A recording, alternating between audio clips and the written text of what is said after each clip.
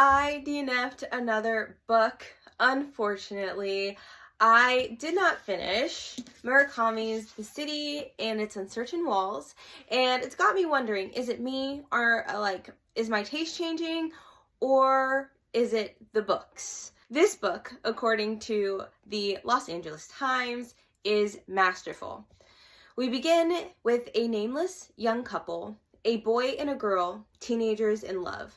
One day, the girl tells the boy about a mysterious town surrounded by a high wall. In that town, the girl tells him her real self resides, and if the boy could manage to come along, she might not recognize him, but he would find his own place.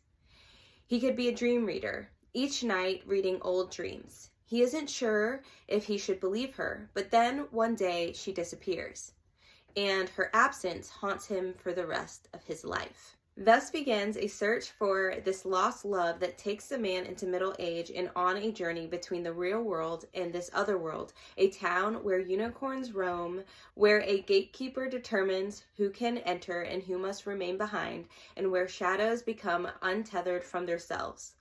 Listening to his own dreams and premonitions, the man leaves his life in Tokyo behind and ventures to a small mountain town where he becomes the head librarian, only to learn the mysterious circumstances surrounding the gentleman who had the job before him. As the seasons pass and the man grows more uncertain about the porous boundaries between these two worlds, he meets a strange young boy who helps him see what he's been missing all along.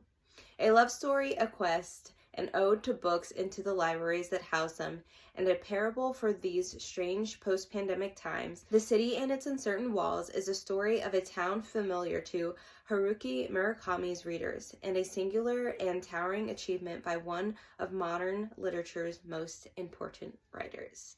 So, great premise, and honestly, I loved the story when I started it. I only got nearly 100 pages through. I almost made it to part 2, but the problem I had with this book, with this novel, with this story is that it was kind of slow, and every time I picked it up, it put me to sleep. So that's the only bad part about it. I wish I could take the time to continue it, but unfortunately, there are other books that I would like to read, and I want the books that I read to be fun and enjoyable. So unfortunately, it's a DNF for Murakami, but if you have read it, please let me know if you enjoyed it, and let me know if you're still interested in reading it if you haven't.